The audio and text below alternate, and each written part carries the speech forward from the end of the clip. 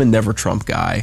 I never liked him, and I've noticed this willingness from people who think a lot like I do that, look, we told you so. Asked about this before, about past comments that you've made about Donald Trump. You've said, I'm a never Trump guy, never liked him, terrible candidate, idiot if you voted for him, might be America's Hitler, might be a cynical a-hole, cultural heroine, noxious and reprehensible.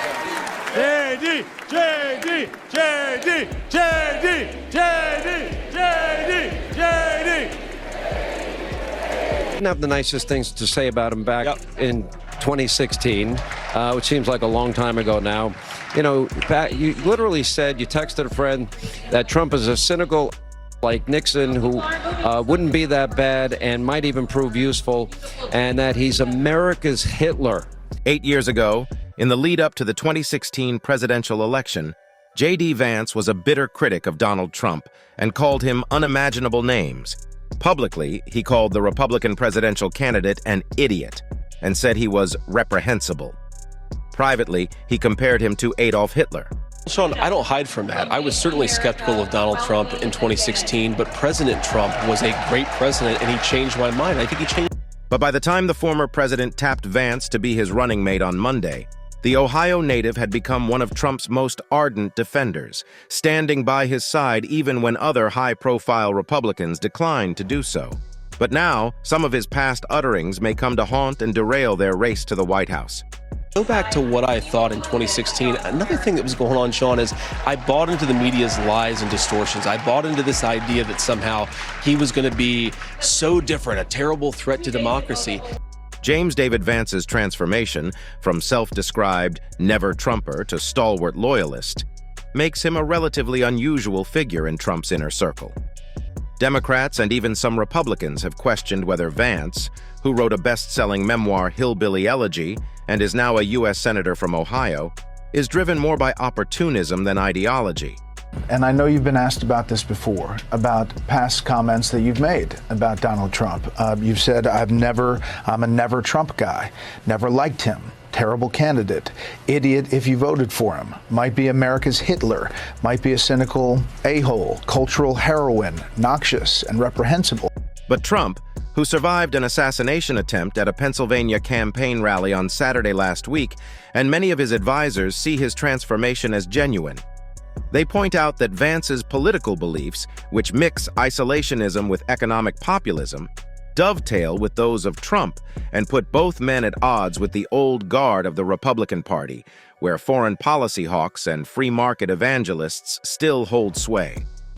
Republican Senator John Barrasso of Wyoming, whom Vance has described as a mentor, told Reuters that Vance shifted his views on Trump because he saw the successes that President Trump as president brought to the country. Good to see you. Great to be with you. Thanks. I want to talk to you about J.D. Vance. You serve with him in the Senate. He's a new senator. What do you make of him? What kind of vice president would he make? Well, he'll be a terrific vice president. I mean, he is forceful. He's effective. Of course, he's conservative. If you know his history from reading, as I have Hillbilly Elegy, before he got to the Senate, I said, this guy's going to be good from day one. In particular, Vance's vocal opposition to U.S. aid for Ukraine in its war with Russia has delighted Trump's most conservative allies, even as it has upset some Senate colleagues.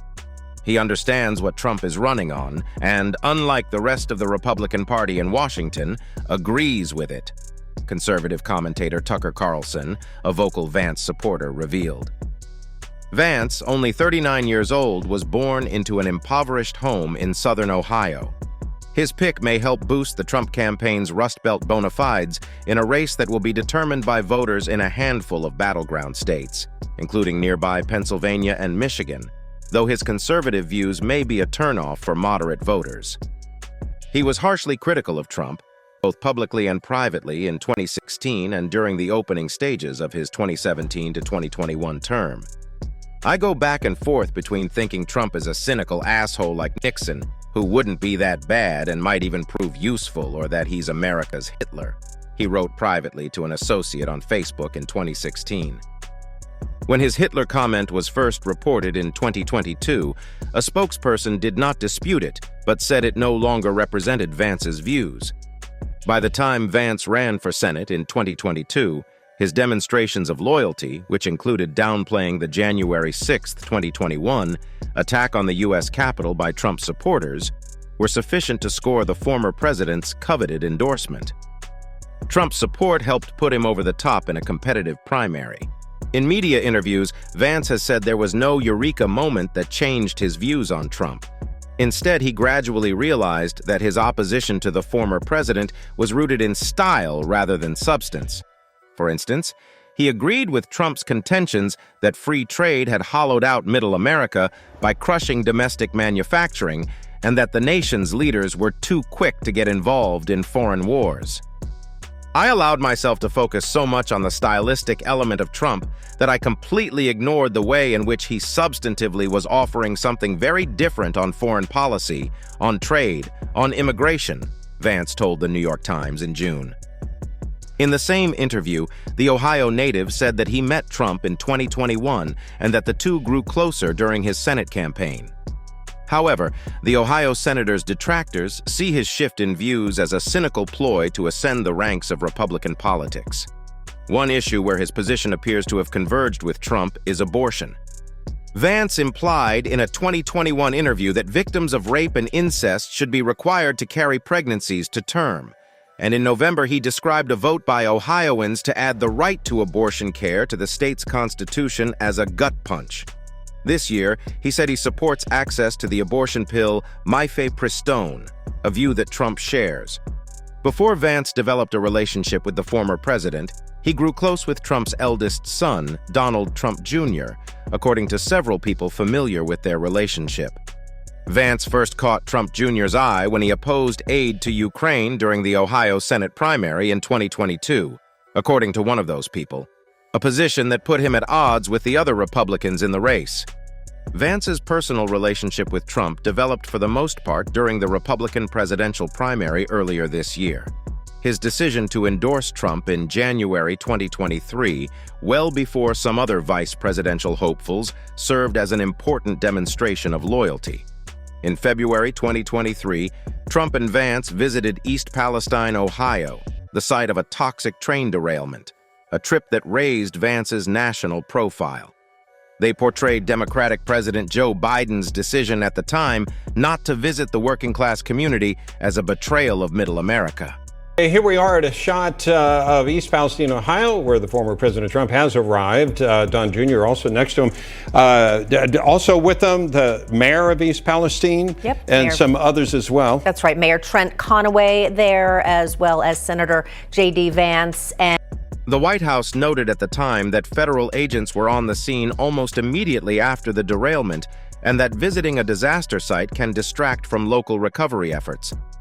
Biden eventually visited East Palestine roughly a year later, in February 2024.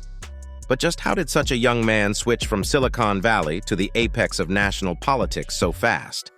Last month, Vance flew to San Francisco to hold a fundraiser for Trump and host a private dinner with 24 tech and crypto executives and investors. The location was the opulent Pacific Heights mansion of David Sachs, an entrepreneur and podcaster whom Vance had met through tech investor Peter Thiel.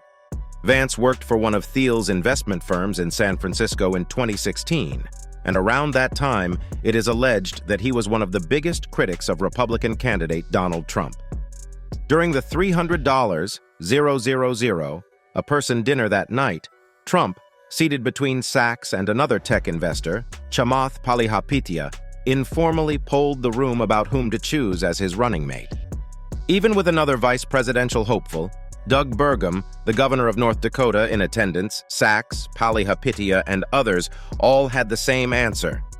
Pick Mr. Vance, they told Trump, according to two people with knowledge of the exchange.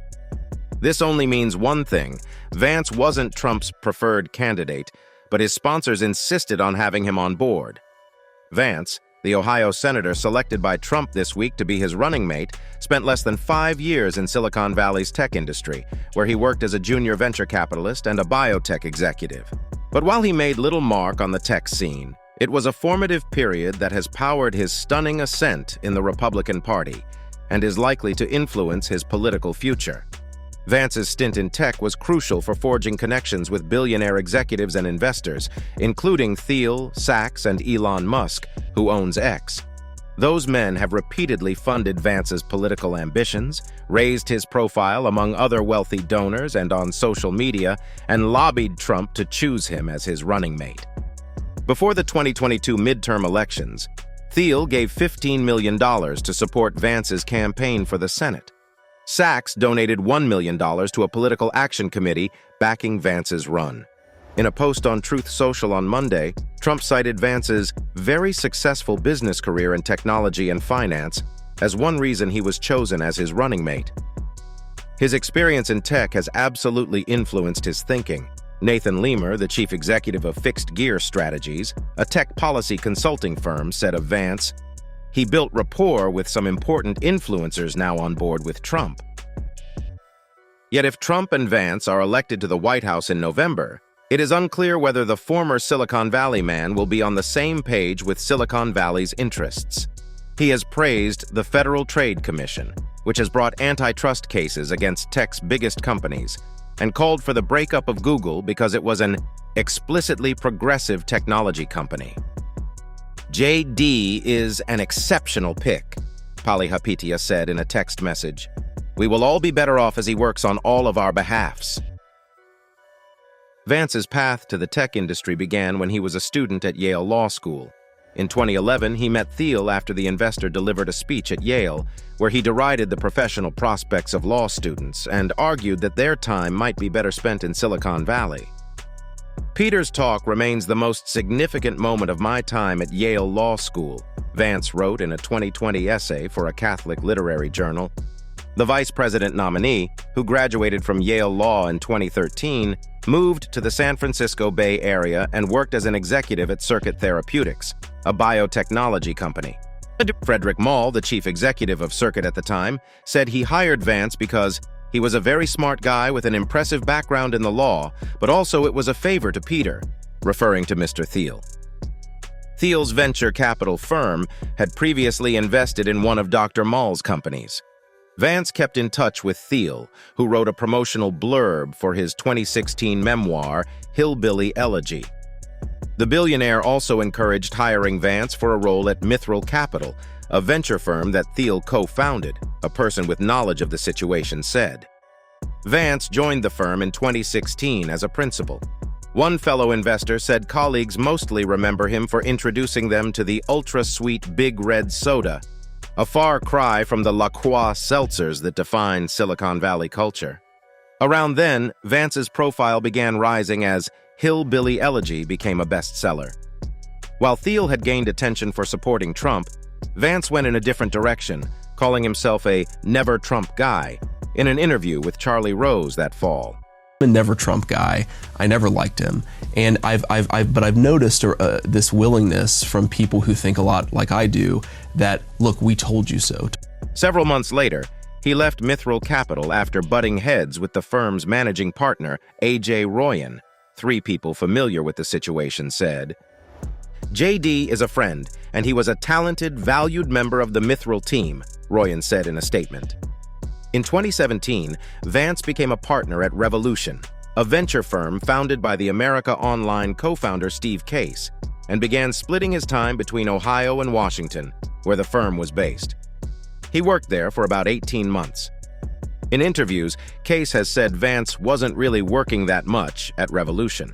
Then, in 2020, Trump's deputy appointee founded his own venture firm, Narya Capital, in Cincinnati.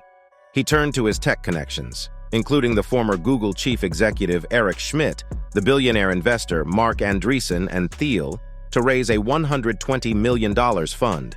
A person with knowledge of the relationship said Thiel agreed to serve on Narya's leadership advisory committee. During this time, Vance became interested in backing tech platforms favored by conservatives, including the social network Parler. He advised Rebecca Mercer, Parler's controlling shareholder and a major Republican donor, and considered investing in the company, 2 people with knowledge of the discussions revealed.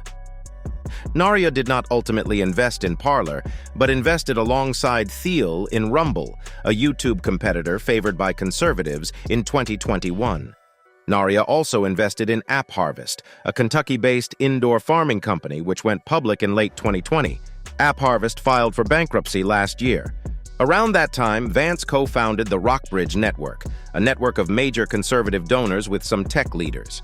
In July 2021, he announced a run for Ohio's soon-to-be-vacated Senate seat. Thiel agreed to back him and brokered talks between Trump and Vance, who sought support from the former president. Like some others, J.D. Vance may have said some not-so-great things about me in the past, but he gets it now, and I have seen that in spades, Trump said when he eventually endorsed Vance's Senate run. Thiel's relationship with Trump has since soured, while Vance's ties to the former president have strengthened. At a conference in Aspen, Colorado last month, Thiel said he would vote for Trump only if you hold a gun to my head. The billionaire placed calls to encourage Trump to choose Vance. Two people briefed on the calls revealed. With Vance now Trump's running mate, Thiel is significantly more likely to back the ticket, as revealed by two other people close to the investor. After Trump announced Vance as his pick on Monday, Thiel messaged close associates to express his excitement. Vance was very much a friend of the Thiel network going back years, said Crystal McKellar, a venture capitalist who worked with Vance at Mithril Capital. It seemed like Peter saw something really special in him and wanted to encourage it. SpaceX boss Elon Musk also encouraged Trump to choose Vance in private communications recently. On Monday, Musk called Vance's selection an excellent decision. Vance has relied on Sachs, whom he called one of my closest confidants in politics, at a gala this spring. After that event, he introduced Sachs to Trump's oldest son, Donald Trump Jr. The former president has been impressed by Sachs's wealth and media profile, a person familiar with the Republican candidate's thinking said, and Sachs spoke on Monday at the Republican National Convention. At the San Francisco fundraiser for Trump last month, Sachs returned the favor to Vance. The high-profile event, which raised $12 million for Trump's campaign, would not have happened without Vance, Sachs said, according to a person with knowledge of his remarks there. "This is who I want by Trump's side," Sachs posted on X on Monday, adding, "God bless JD, God bless Trump, and God bless the USA." So, like his critics say, is Vance driven more by opportunism than ideology? Let us know in the comments section below. And that's it from us today. Until next time, thank you for watching.